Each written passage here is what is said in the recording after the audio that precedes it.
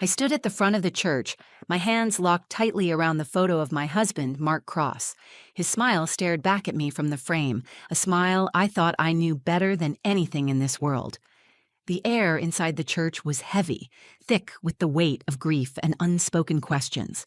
Friends and family filled the pews, some weeping openly, others just sitting there, stunned. I kept my eyes low, focusing on the polished wood of the casket, willing myself to get through the next few hours without falling apart. My daughter, Sophie, squeezed my hand. I looked down at her and forced a small, broken smile. She was only 14, too young to have to bury her father, too young to know how complicated love and loyalty could become. I told myself I could do this for her, that I had to stay strong because there was no other choice. Then the church doors slammed open with a sharp crack, and the sound echoed through the hall like a gunshot. Every head turned toward the entrance. My breath caught in my throat when I saw them, 3 strangers standing there like they belonged. A woman about my age with dark, piercing eyes. A boy, maybe 12, shuffling nervously behind her. A little girl clutching a battered teddy bear, her face wide and fearful. The woman walked with slow, deliberate steps down the aisle. Her black dress clung to her like armor. Her eyes never left the casket. She didn't glance at me, didn't acknowledge the whispers and stares that rippled through the crowd like wildfire. She walked straight to the front, pulled a deep red rose from her bag, and laid it carefully on top of Mark's casket. Then, in a voice just loud enough for the front rows to hear, she said, "Goodbye, love." The entire church seemed to stop breathing. I felt Sophie's hand tighten painfully around mine. She leaned closer, whispering, "Mom, who is that?" I didn't answer. I couldn't. My mind was spinning, screaming for some logical explanation, some way to make sense of what was happening. I could hear Margot, Mark's mother, hissing behind me, "Who the hell are they? What is this circus?" But I said nothing. I kept my face calm, even though my heart was threatening to tear itself apart inside my chest. I stared at the woman, and something inside me knew. I knew before she opened her mouth again. I knew before the boy called out, "Dad," in a broken, trembling voice. Mark had lied to me. He had lied to everyone. I could feel the questions pounding against the walls of my mind, demanding answers I wasn't sure I wanted. How long had this been going on? Who was she? Did he love her? Did he love them? Did he love me at all? Whispers erupted like a storm among the mourners. People were twisting around in their seats, trying to get a better look. Margot was muttering under her breath, furious, wounded. I could hear phrases like mistress, bastard children, how dare she? The anger and confusion in the room built higher and higher like a wave about to crash. Still, I said nothing. I held Sophie's hand and kept my back straight. If Mark had chosen to build a second life behind my back, if he had chosen lies over truth, I would not let him steal my dignity along with everything else. Not here, not today. I could feel the woman's eyes finally settle on me. For a moment, there was something like regret in her expression, something that flickered and died before I could name it. She turned away, gathered her children close, and sat down in an empty pew near the front, as if she had every right to be there, as if she belonged. The priest shifted uncomfortably at the pulpit, clearing his throat, trying to salvage the ceremony. I heard him murmur something about forgiveness and grace, but his words sounded hollow and far away. Then the lawyer, Mr. Harris, stood up from his seat at the side of the church. His voice was steady, but his hands trembled slightly as he unfolded a thick piece of paper. He asked for everyone's attention, said that Mark had left specific instructions for something to be read aloud today. I felt every pair of eyes in that room turn toward him, then toward me, then toward the woman and her children. The silence was unbearable, like the moment before a storm finally breaks. I didn't move. I didn't speak. I was about to find out just how many lies Mark had taken to his grave, and just how much truth was about to rise from it.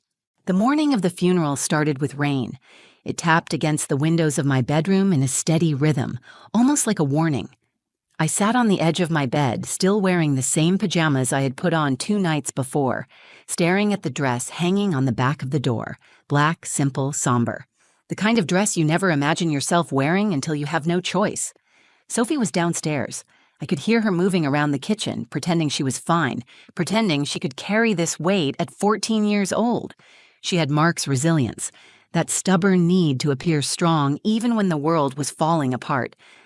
It made my chest ache to hear her humming quietly, trying to push the silence out of the house. I stood up, forcing my body to move even though my mind felt trapped somewhere far away. I took the dress down from the door, slipped it on, and fastened the locket Mark had given me on our 10th anniversary around my neck. I stared at myself in the mirror. My face looked unfamiliar, hollowed out by grief, sharper somehow. I touched my cheek, half expecting it to feel like someone else's skin. Mark had been the center of my world for 16 years. He was everything I thought a husband should be.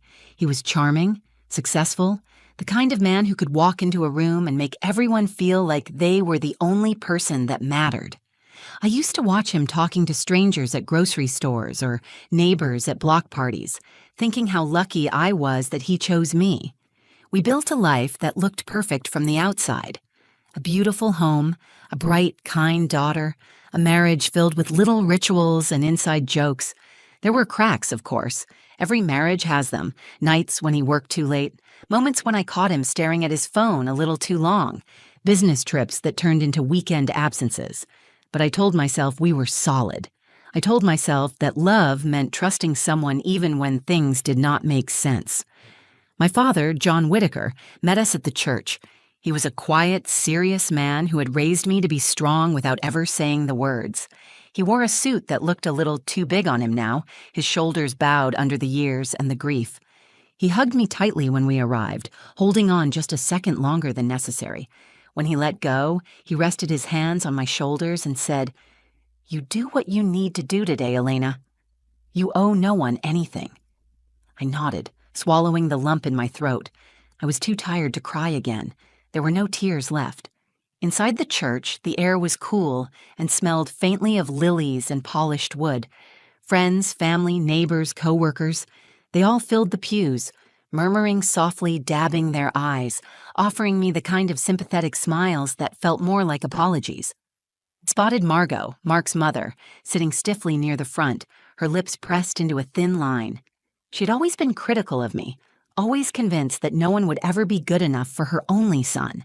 Today, though, she said nothing, just nodded at me with a tight, unreadable expression. Sophie held my hand tightly as we walked to the front of the church. Her small fingers were cold and trembling, but she kept her chin lifted, determined not to cry. I was so proud of her in that moment it almost broke me. She was carrying this loss with a bravery I could barely match. The service began. The priest spoke in a low, soothing voice about love, about loss, about faith in the face of devastation. Friends stood up one by one to share memories of Mark, the way he made everyone laugh, the way he always showed up when someone needed help, the way he adored his family. I listened to each story, feeling like they were talking about a stranger. My Mark, the man I loved, had kept secrets so big they were about to tear this day apart. I glanced around the room, feeling that sense of wrongness growing heavier with every passing minute. The church was packed, but I felt utterly alone. No one else seemed to notice the tension twisting inside my chest like a knot pulled too tight. No one else seemed to see the invisible cracks running through the foundation of everything we had built. I leaned down and whispered into Sophie's hair, "We're going to be okay." She nodded but did not look up. The priest invited the lawyer, Mr. Harris, to the front. He moved with the slow, deliberate steps of a man who knew he carried bad news. He cleared his throat, holding a thick envelope in his hands, and asked everyone to remain seated after the service for a reading of Mark's final letter and instructions. A ripple of confusion moved through the crowd.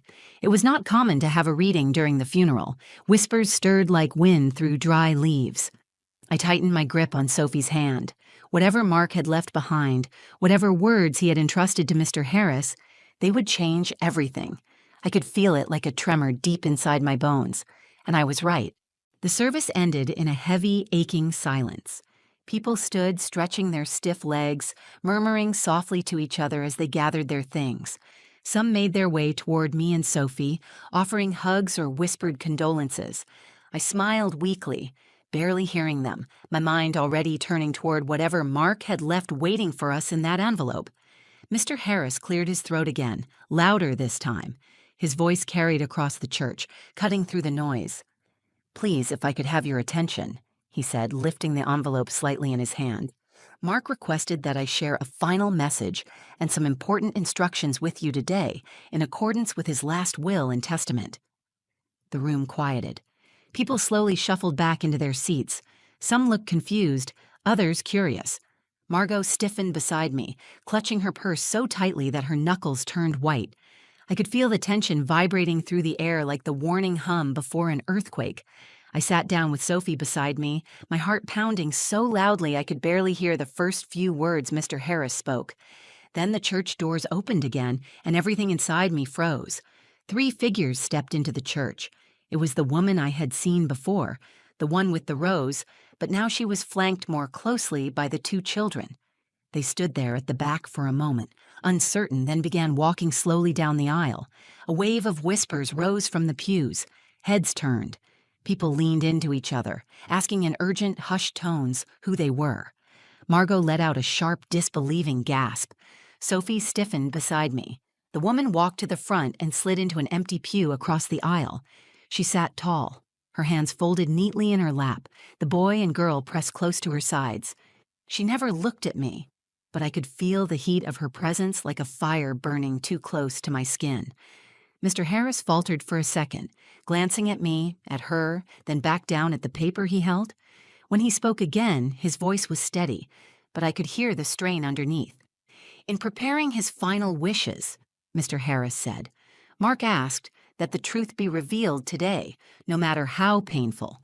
He wrote that he could not leave this world without giving those he loved the honesty he owed them. The truth." The word hit me like a blow to the chest. Mr. Harris continued, reading Mark's words.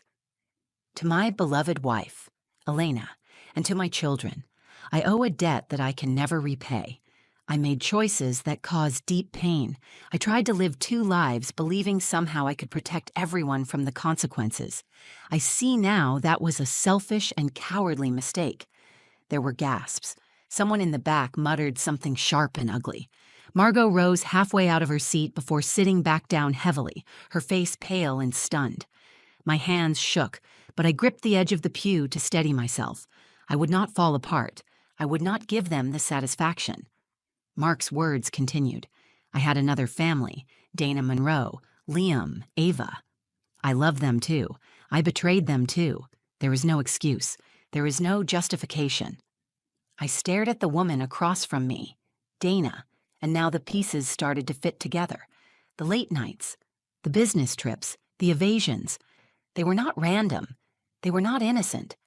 He had been living another life just a few miles away from ours. The church felt like it was shrinking, pressing in on all sides. I could barely breathe, but I refused to move. Sophie clung to my arm, her face buried against my shoulder. I kissed the top of her head, trying to ground both of us, trying to keep her from hearing every cruel word being whispered around us. Mr. Harris read the last part of the letter. "I know I do not deserve forgiveness. I know the damage I have caused cannot be undone. But I ask that, in the spirit of love I tried so poorly to honor, you find a way forward." People were openly staring now, turning to look at Dana, then at me. The betrayal was no longer a suspicion or a whispered rumor. It was a living, breathing thing, sitting between us all, impossible to ignore. Margot stood suddenly, her voice shaking with fury. "This is a lie. That woman is a liar. My son was a good man. He would never—" Her words broke off into a choking sob. She collapsed back into the pew, pulling a tissue from her purse and dabbing furiously at her eyes. I stayed silent. I would not scream. I would not run. If Mark had taught me anything, it was that pretending everything was fine did not make it so. I looked around at the faces of people I had known for years. Some looked at me with pity. Some looked at me with judgment. Some just looked away, as if ashamed to have witnessed something so raw. Mr. Harris closed the letter, folded it carefully, and placed it back into the envelope. "The distribution of Mark's estate," he said, "will be addressed now." I straightened my back, wiped my palms discreetly against my dress, and prepared myself. This was not over. Not yet. The real explosion was still coming. As Mr. Harris shuffled the papers in his hand, the church seemed to hold its breath.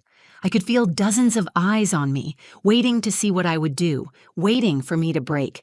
I sat perfectly still, my hands folded tightly in my lap, my heart hammering against my ribs. Margot hissed beside me, her voice low but vicious. "You cannot let this stand, Elena. You need to speak up. You need to fight for Mark's legacy." I did not answer her. I did not even look at her. There was a time when I might have believed that fighting would save something, that clinging to anger would give me back what I lost. But not anymore. Anger could not rebuild trust. Screaming would not stitch my heart back together. Nothing could. Mr. Harris cleared his throat and began reading from the legal documents. Mark Cross designated a single heir for his entire estate, his properties, his businesses, his investments. His decision was not made lightly. He included a personal statement explaining his choice. The room shifted. People leaned forward. The tension thickened. Dana Monroe sat stiffly across the aisle, her jaw clenched so tight that her face looked carved from stone. Her son Liam looked down at his shoes, his small shoulders shaking. Ava buried her face into her mother's side. I watched them out of the corner of my eye. A part of me, the part that had once been capable of unlimited compassion, ached for those children. They were not responsible for Mark's lies. They had lost a father, too, even if their existence had shattered the life I thought I knew. Mr. Harris continued. Mark's will states, "I leave everything to the woman who knew the truth, who carried the weight of my betrayal without rage, without violence, and without destroying the lives around her. I leave everything to the woman who knew," and said nothing. The air rushed out of the room like a tide pulling away from shore. For a long moment, there was only silence. Then slowly, people began turning to look at me. Some faces were shocked, some were angry, and some wore an expression I could not quite name, something close to awe. Margot clutched my arm, nails digging into my skin. "You knew?" she demanded in a furious whisper. "You knew about this, and you said nothing." I turned to her, met her furious gaze with a calm I had fought hard to find, and said quietly, "I knew enough." She recoiled like I had slapped her. Dana stood abruptly, her chair scraping loudly against the floor. Her face was burning with rage. She pointed at Mr. Harris, her voice shaking. "This is not right. He promised us he would make it right. This was supposed to be ours, too." Her voice cracked on the last word, and for a moment she looked more heartbroken than angry. Mr. Harris simply nodded once, solemn and unmoving. These were his legally binding wishes. The estate belongs to Elena Cross. Dana let out a bitter, broken laugh, scooping Ava into her arms and dragging Liam by the hand. She stormed out of the church, her heels clicking sharply against the floor with every furious step. The doors slammed shut behind her. The sound echoed through the church, a final punctuation mark to a chapter none of us wanted to read. I stayed where I was, breathing slowly, willing my hands to stop shaking. I did not ask for this ending. I did not want to win a war I never agreed to fight. I had simply made a choice months ago when I discovered Mark's secret. I remembered the night I found out. I had seen the texts, the hotel receipts, the way he changed the subject every time I asked about his trips. I confronted him once. He cried. He begged. He said it was complicated, that he had made mistakes he did not know how to undo.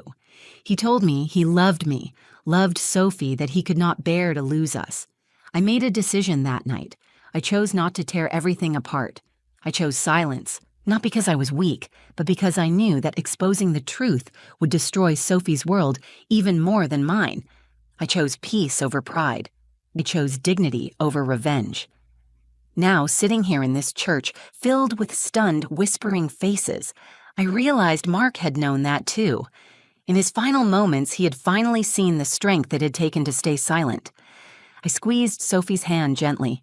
She looked up at me, confusion and pain written all over her young face.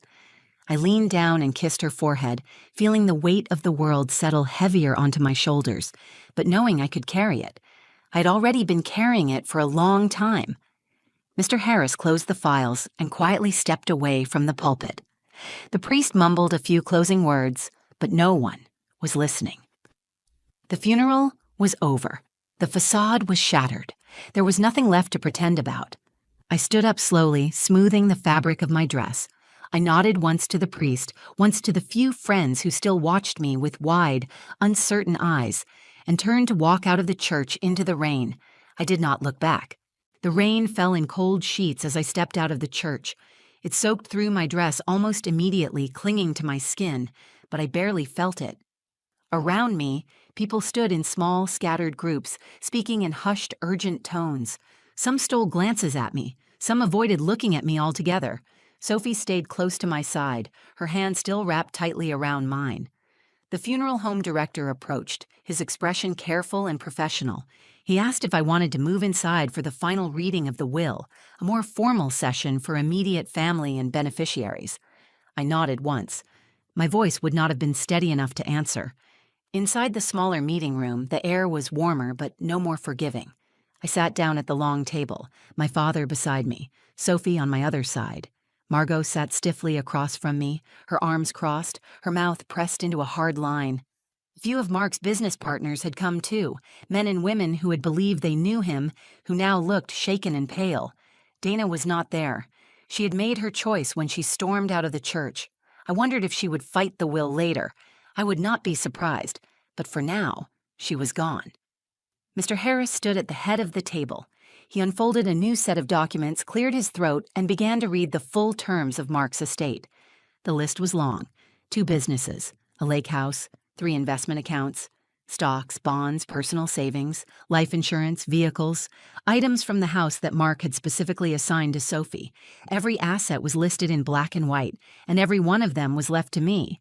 There were no conditions, no shares split between households, no secret trusts for Dana's children, only me and Sophie. Mr. Harris paused after finishing the list. He glanced around the room, giving anyone who wished a chance to speak. The silence stretched long and taut. Finally, Margot stood up. Her movements were jerky, furious. She pointed a trembling finger at me. "You let him do this," she said, her voice thick with rage. "You let him humiliate us. You let him die thinking he could buy forgiveness. You knew he was betraying our family and you said nothing. How could you?" I stood slowly. I felt Sophie tighten her grip on my hand, but I needed to meet Margot's anger head on. "I did it for Sophie," I said, my voice clear. "I did it because I knew that exposing his lies would not undo them. I did it because I wanted at least one part of her world to stay intact for as long as possible." Margot scoffed, a bitter, ugly sound. "And what about loyalty? What about pride?" I shook my head. Loyalty to what? To a lie? Pride in pretending everything was perfect when it was not? Mark made his choices. I chose to protect my daughter. That is the only loyalty I owe. Margot's face crumpled for a moment under the weight of her own grief. She sat back down heavily, turning her face away. Mr. Harris spoke again, quieter now. "Mark also left a personal letter addressed to you, Mrs. Cross." He handed me an envelope heavy with the final weight of everything Mark had never said aloud. My hands trembled as I opened it. The letter inside was short. "Elena," it began, "I know I do not deserve your forgiveness. You deserved more from me than what I gave. You deserved honesty, devotion, a life free from betrayal. You gave me love without conditions. You gave Sophie a home built on kindness. You gave me more chances than I earned. I leave everything to you because you are the strongest person I have ever known. You carried my secrets without letting them poison your soul. You kept our daughter's world intact even when I did not deserve your protection. If there is any justice left, it is that you and Sophie can build a new life without the burden of my failures. Thank you for everything. I am sorry for everything. Love, Mark." I folded the letter carefully, my heart a mixture of sorrow, rage, and something unexpected. Closure.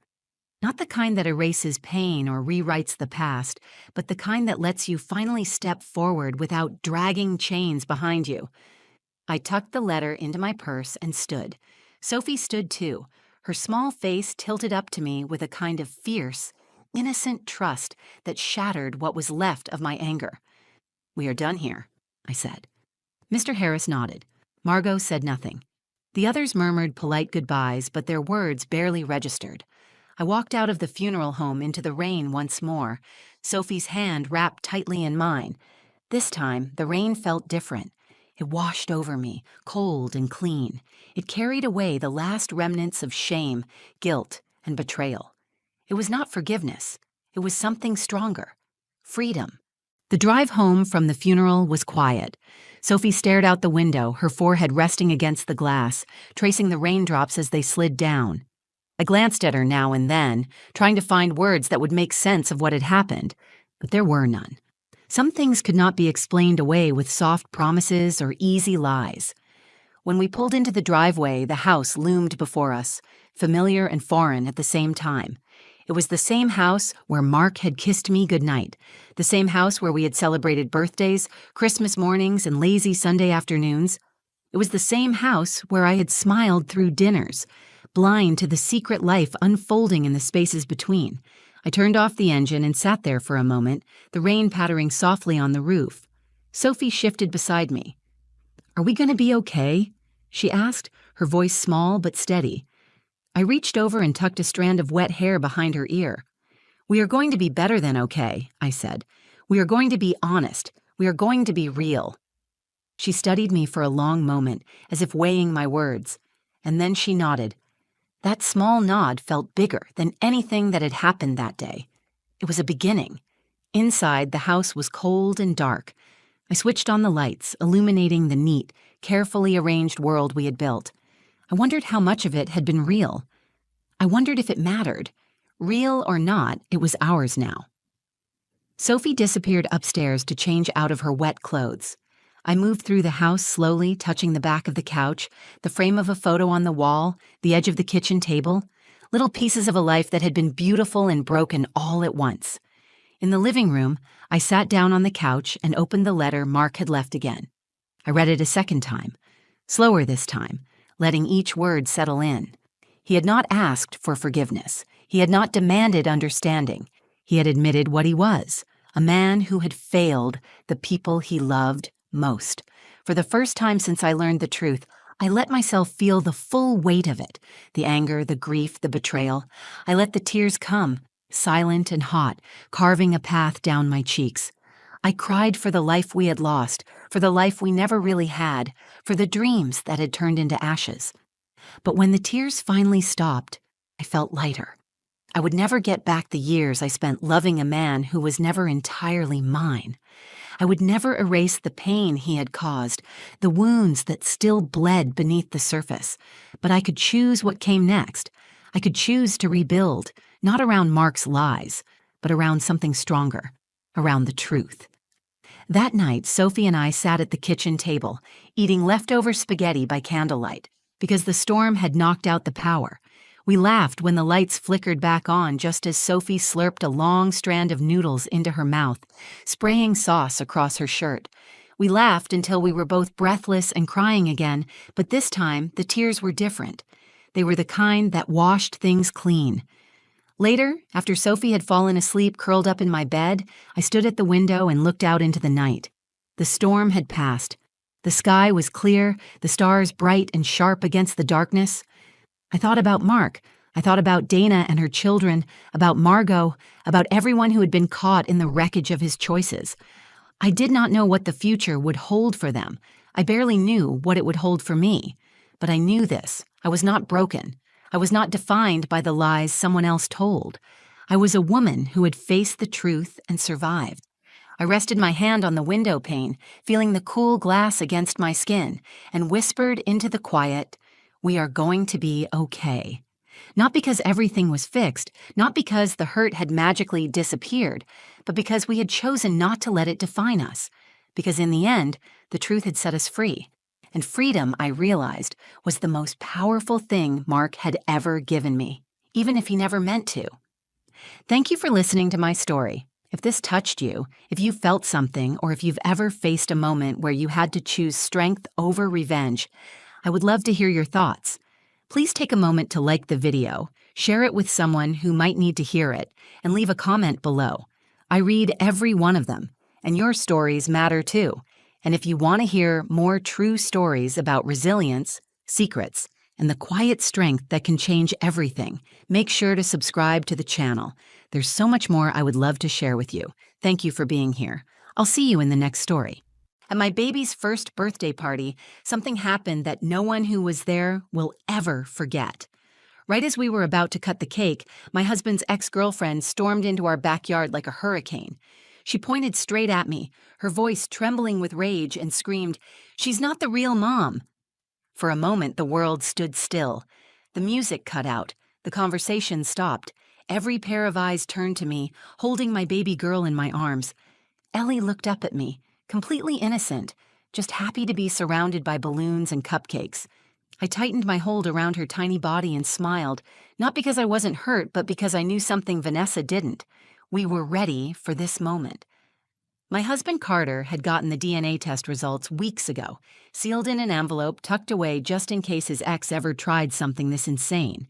And now, here we were, in front of our family, our friends, and even our neighbors who peeked over the fence, caught in the middle of a scene I wouldn't have believed if I hadn't lived it myself. Vanessa didn't just accuse me of lying. She attacked the heart of everything we had built, our family, our daughter, our future. But what she didn't realize was that we had the truth in our hands. Carter didn't hesitate. He turned, walked inside, and came back holding that envelope like it was a loaded weapon. My heart pounded so hard I thought I could hear it echoing off the walls of our house. Everyone was dead silent. I could see my mom gripping the side of a table, white-knuckled. My sister wiped a tear off her cheek. My best friend, Rachel, mouthed, "Are you okay?" across the yard. I nodded, but inside, I was boiling. Carter stood in the center of the backyard. He looked at me first, locking eyes with me like he was trying to give me every ounce of strength he had. Then he looked at Vanessa. His voice was steady, but there was an anger in it I had never heard before. He opened the envelope and pulled out the document. He didn't waste time, didn't try to soften it. He read it out loud for everyone to hear. Paternity probability, 99.9999%. Carter Hart is the biological father of Ellie Hart. I felt my knees go weak, not because I doubted, but because hearing it out loud was like a full-body confirmation that love, truth, and family always win in the end. Vanessa's face drained of color. She stumbled backward like she'd been slapped. No one said a word, not a gasp, not a whisper, just the sound of the paper fluttering in Carter's hand and Vanessa's shaky breathing. She turned and ran straight out the gate, down the sidewalk, and out of our lives for good. And me? I kissed the top of Ellie's head and smiled wider than I had all day. Because no matter what lies someone tried to throw at us, we had the truth, and it was stronger than any scream, any accusation, any bitterness clinging to the past. That day was supposed to be about Ellie, and it still was. We sang her happy birthday, we ate cake, we danced on the grass. We celebrated the miracle that was our daughter and the family we fought to protect. But I'll never forget the moment Vanessa tried to tear it all apart, and how, standing there under the afternoon sun, holding my daughter close, I realized she could never touch what we had, not even close. The morning of Ellie's first birthday started with sunlight pouring through our bedroom windows. Carter was already awake, sitting at the edge of the bed, watching Ellie babble and giggle in her crib. I stood there for a moment, taking it all in. This was everything I had ever wanted. We had worked so hard to get here. The pregnancy had not been easy. There were moments I had cried myself to sleep, terrified we would lose her. There were nights Carter would just hold me, saying nothing, knowing words would never be enough. When Ellie was finally placed in my arms, tiny and perfect, it felt like a lifetime of prayers had been answered all at once. I poured all that love into planning her first birthday. I wanted it to be beautiful, a day she might not remember, but one that would be captured in photos and videos forever. A day that said, "You are loved. You are celebrated. You are ours." We spent the morning setting up our backyard. Carter hung pastel-colored balloons along the fence, while I arranged tiny cupcakes shaped like flowers on the tables. My mom arrived early with her famous homemade lemonade. She bustled around the kitchen, humming to herself, while my sister Rachel helped me set up the candy station. Carter's dad, Henry, manned the grill with my Uncle Tony, arguing over the best way to flip a burger. The whole place smelled like sweet frosting and sizzling meat, and every time I looked around, my heart swelled a little bigger. This was family. This was home. As guests started arriving, Ellie clapped her hands and bounced in her little pink dress. She had no idea the party was for her, but her joy was contagious. Kids ran through the backyard with bubble wands. Adults lounged under the string lights Carter had spent 2 hours hanging perfectly across the yard. For the first time in a long time, I felt completely at peace. I watched Carter lift Ellie high into the air, making her squeal with laughter. I watched my mom chase after the toddlers with a wide smile on her face. I watched Rachel lean against the fence, flirting shamelessly with one of Carter's friends. Everything was perfect. At least, it was until Carter's phone buzzed. I saw him glance down at it, his smile faltering for just a second. His thumb hesitated over the screen before he slid it into his pocket. He caught my eye and gave me a reassuring smile, but I knew him too well. Something was off.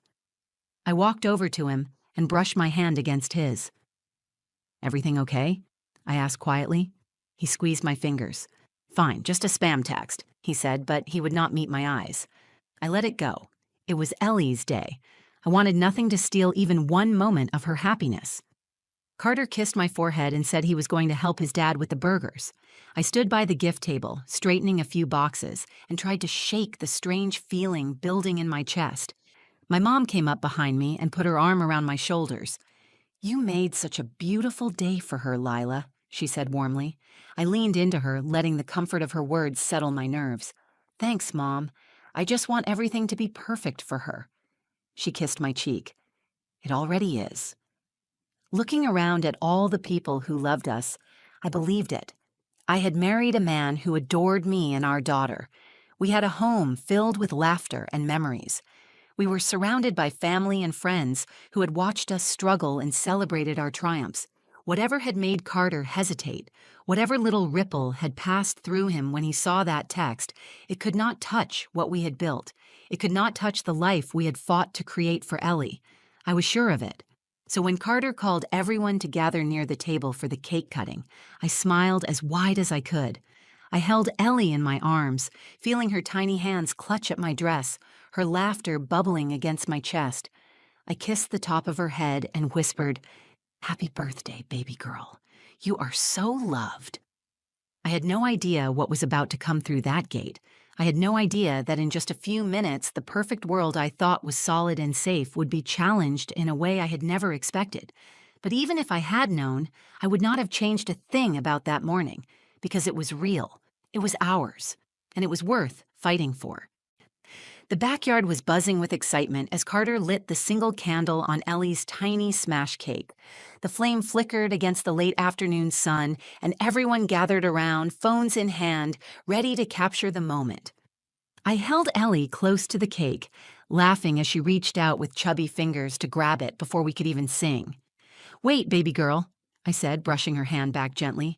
"You have to hear the song first." Carter cleared his throat dramatically, making the kids giggle, and started us off with a loud, proud, "Happy birthday to you." Everyone joined in, voices filling the backyard with warmth and love. I felt Ellie's excitement as she bounced in my arms, squealing and clapping. I looked around at the people surrounding us, and for a moment my heart was so full it hurt. That was when the gate creaked open. The singing faltered as heads turned toward the sound. Standing in the doorway, framed by the white picket fence and the fading sunlight, was Vanessa Monroe. She wore a tight red dress, heels sinking into the soft grass, blonde hair whipped around by the breeze. Her face was twisted into something ugly, anger, jealousy, and something else I could not name. For half a second, nobody moved, nobody spoke.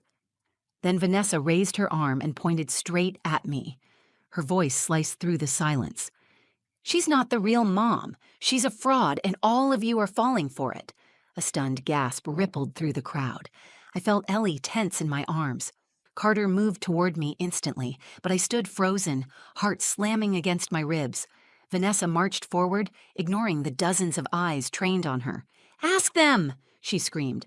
"Ask them about the DNA test. They are hiding the truth. She is lying to all of you." Murmurs broke out among the guests. I caught snippets. "Is she serious? What is she talking about? That poor baby." My mom stepped forward, trying to block Vanessa's path. "You need to leave before you embarrass yourself any more than you already have," she said, her voice low and firm. Vanessa laughed, a high, cracked sound that sent chills down my spine. "Oh, I'm embarrassing myself. I'm trying to save you from being conned by a homewrecker." Carter's face was like stone. He stood tall, shoulders back, radiating a quiet fury I had rarely seen. He held out his hand to me. "Give Ellie to Mom," he said in a low voice. I nodded, heart pounding so loudly I barely heard myself whisper to my mom, "Take her, please." As my mother carried Ellie away, shielding her from the chaos, I turned to face Vanessa fully. I refused to shrink. I refused to show even a flicker of fear. "This is Ellie's birthday," I said, my voice steady. "You will not ruin it." Vanessa smirked. "Oh, I think I already have." Carter stepped between us. "Get out, Vanessa, before you regret this even more than you already will." She folded her arms, digging her heels into the ground like a child throwing a tantrum. "Not until everyone knows the truth," she spat. "Not until you admit you are lying about that baby being yours." The blood drained from my face, but I stayed rooted to the spot. I thought about every moment of fear during my pregnancy. I thought about every night Carter and I had prayed for Ellie to make it into the world safely. I thought about the first time she smiled at me, the first time she said, "Mama," the way she reached for me whenever she was scared.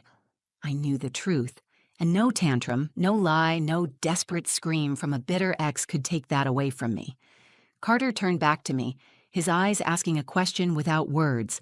I nodded once, a silent agreement that we were done playing defense. It was time to end this, here and now. He looked out over the stunned crowd. "You all deserve the truth," he said, his voice clear and steady, "and you're about to get it." He walked toward the house, his shoulders tense with purpose. My hands shook slightly, but I held my head high. My mom moved closer, ready to shield me if necessary. I could feel the weight of everyone's eyes on me, friends, family, neighbors, all wondering what was about to happen. I stood there, alone in the center of the backyard, as the air thickened around me. It felt like the whole world was holding its breath, waiting for the next move. And deep down, I knew that once Carter came back with that envelope, nothing would ever be the same again. Carter disappeared into the house, and for a long moment, nobody moved. I stood frozen by the gift table, hands curled into fists, trying to steady my breathing. Vanessa paced across the lawn like a restless animal, glaring at me with pure hatred in her eyes. Every second stretched unbearably long. My mom stood beside me, her hand resting lightly on my back. I could feel the tension in her fingers, the rage she was holding back. Rachel had picked up Ellie and was rocking her a few steps away, whispering soothing words in her ear. My daughter, innocent and perfect, had no idea her first birthday had turned into a battlefield. I would not let Vanessa win. I would not let her ruin what we had fought so hard to build. I turned my body slightly, facing the crowd, forcing my voice to stay calm and strong. "I know this is not what you came here for," I said, "but I want you to hear the truth too." Vanessa let out a sharp laugh. "The truth? Please, the truth is standing right here and none of you want to see it." Ignoring her, I continued. "Weeks ago, Carter and I decided to get a DNA test." Gasps rippled through the backyard. I heard someone whisper, "Why would they need to do that?" Another voice muttered, "This is insane." I raised my chin higher. Not because we doubted each other, not because there was ever a question in our hearts, but because Vanessa has been harassing us for months, spreading rumors, threatening to show up with so-called proof that Ellie wasn't really ours. I could see some guests nodding, their faces twisting in sympathy and anger. Others looked shocked, as if the idea that someone would attack a baby's place in a family was too cruel to imagine. "She wanted to destroy what we have," I said, voice steady. "But instead, she made us stronger. She made us determined to never let hate and bitterness touch our daughter's life." Vanessa's face turned an ugly shade of red. "You're a liar," she hissed. "You manipulated him. You trapped him." I took a step toward her, feeling the power shift beneath my feet. "Carter and I chose each other. We chose this family, and nothing you say will ever change that." At that moment, the sliding door opened. Carter stepped back into the backyard holding a single white envelope. His face was pale but resolute, his jaw tight with the kind of anger that burns cold and clear. Everyone turned to watch him. Even the children stopped chasing each other, sensing that something heavy and important was about to happen. He walked straight to me, handing me the envelope first. His fingers brushed mine, a silent message of solidarity and trust. I looked down at it, feeling its weight, then looked back up at him. "Are you sure?" he asked quietly. His voice meant only for me. "I'm sure," I said. He turned to face the crowd, holding the envelope up for everyone to see. "For anyone who doubts," Carter said, loud enough for every guest to hear, "this envelope contains the DNA test results confirming that I am Ellie's biological father. We never wanted to have to share something so personal. But after today, after what Vanessa has done, we will not let one more lie be spoken about our family." Vanessa's smile faltered. Her arms, once folded defiantly, now hung stiff at her sides. I caught the flicker of fear in her eyes, the dawning realization that her plan was unraveling faster than she could stop it. Carter tore open the envelope, pulling out the papers inside. He scanned them briefly, then lifted his head. He began to read, his voice firm and clear. No anger now, just truth. Paternity analysis result. 99.9999% probability. Carter Hart is the biological father of Ellie Hart. The words echoed in the heavy silence. For a moment, nobody reacted. Then I heard my mother let out a shaky breath. Someone clapped once, hesitantly, and then others joined in, the sound growing louder until it filled the backyard. Vanessa stood frozen, her mouth opening and closing like she wanted to scream, but could not find the words. Her face crumpled, twisted with rage and humiliation. Carter turned to her one last time. "Leave," he said. His voice was low, final, unarguable. "And do not come back." Vanessa stumbled back, bumping into a table, knocking over a vase of pink flowers. She turned and fled through the gate without another word. I watched her go, feeling a fierce surge of pride and relief. I reached for Carter's hand, and he squeezed mine tightly. The truth had won, and we had done it together. The gate slammed shut behind Vanessa with a sharp crack that seemed to break the heavy tension hanging over the backyard. I stood there for a moment, gripping Carter's hand so tightly my knuckles turned white. I felt the weight of the last few minutes settle onto my shoulders and then slip away like a heavy coat being shrugged off. The truth was out. The lies were dead. Carter turned to face me fully, his eyes scanning my face, as if making sure I was really standing there, whole and unharmed. I smiled at him, a real smile this time, full of gratitude, full of love, full of something fierce that had been tempered and forged through fire. He pulled me into his arms, holding me so tightly, I could barely breathe. I pressed my face into his chest, feeling his heart pounding against my cheek. All around us, our friends and family started clapping again, louder now, stronger, not for the drama that had unfolded, but for the strength that had been shown.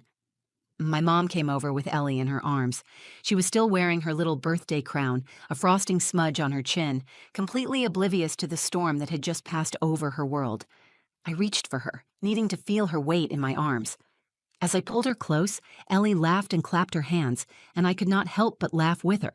Her innocence was a shield, a reminder that no matter what darkness tried to seep in from the outside, she was safe, she was loved, and she was ours. Carter kissed the top of Ellie's head and then kissed mine. "I am so sorry she did this," he whispered. "You have nothing to be sorry for," I said. "We stood together. That is all that matters."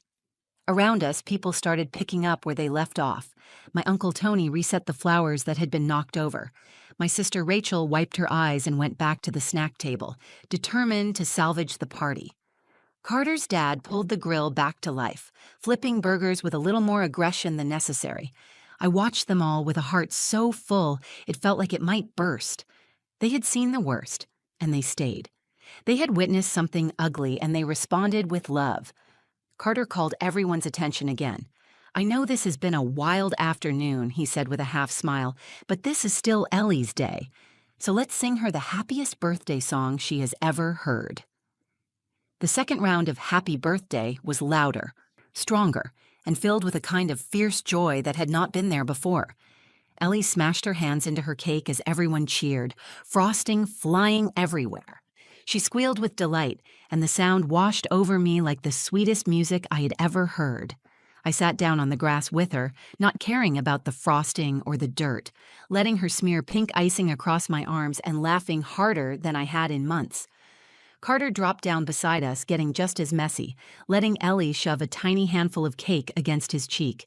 The camera flashes went off again, but this time the smiles were bigger, more real, not posed for show, but born from survival, from choosing joy in the face of hurt. Later, after the last guest had left and the backyard was littered with half-deflated balloons and forgotten party favors, Carter and I sat together on the porch swing, watching the sun set behind the trees. Ellie slept in my arms, her breath soft and even. Carter ran his fingers through my hair. "You are the strongest woman I have ever known," he said quietly. I leaned my head against his shoulder. "I did it for her," I said. "For us." We sat there for a long time, saying nothing, just holding each other and the life we had fought to protect. Vanessa's attempt to destroy us had failed, not because we had perfect lives, but because we had something she could never take away.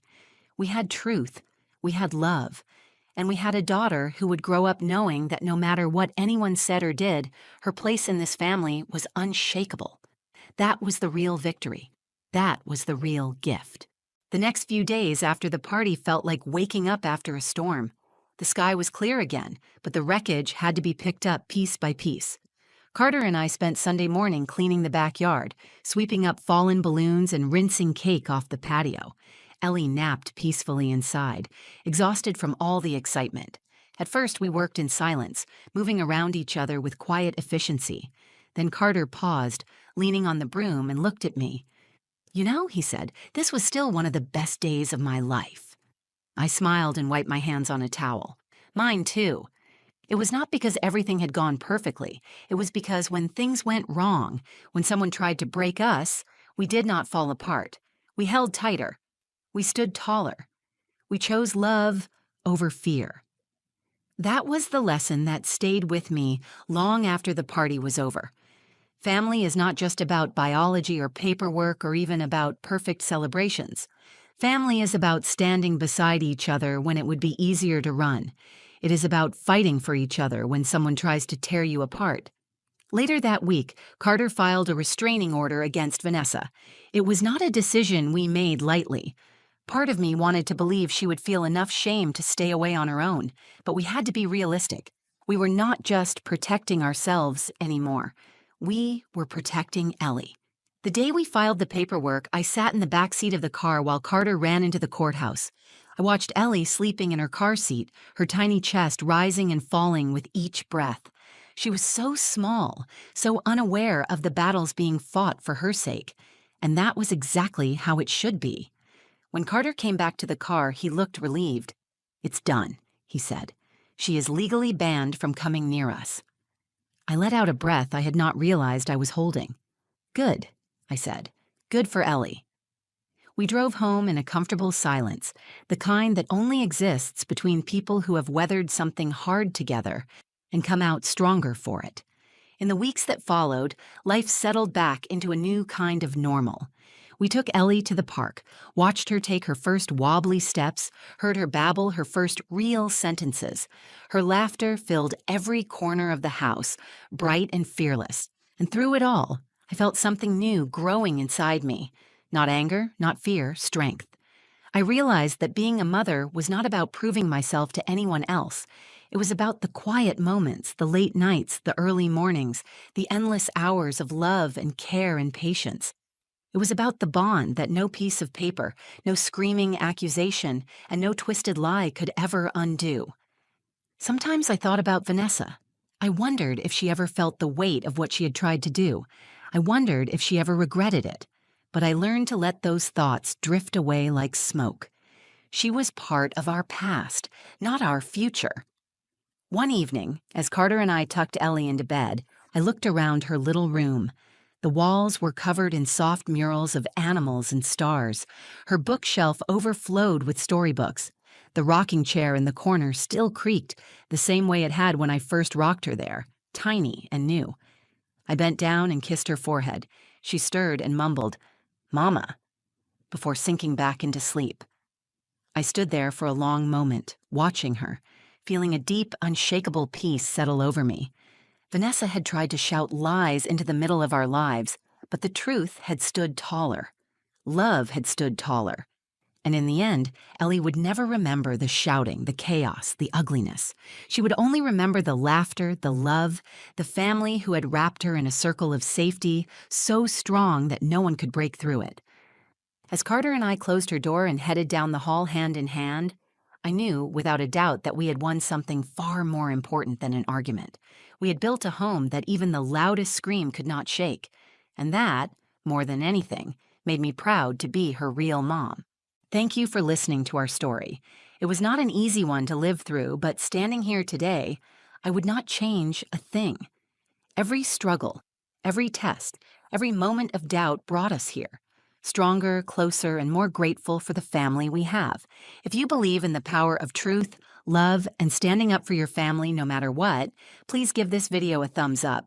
It really helps more people find our story. Share it with someone who might need a reminder that love always wins. I would love to hear your thoughts too. Tell me in the comments what you would have done if you were in my shoes. I read every single one, and your support means the world to me. And if you want to hear more real, powerful stories like this, make sure you subscribe to the channel and turn on notifications. There is so much more to come, and I cannot wait to share it with you.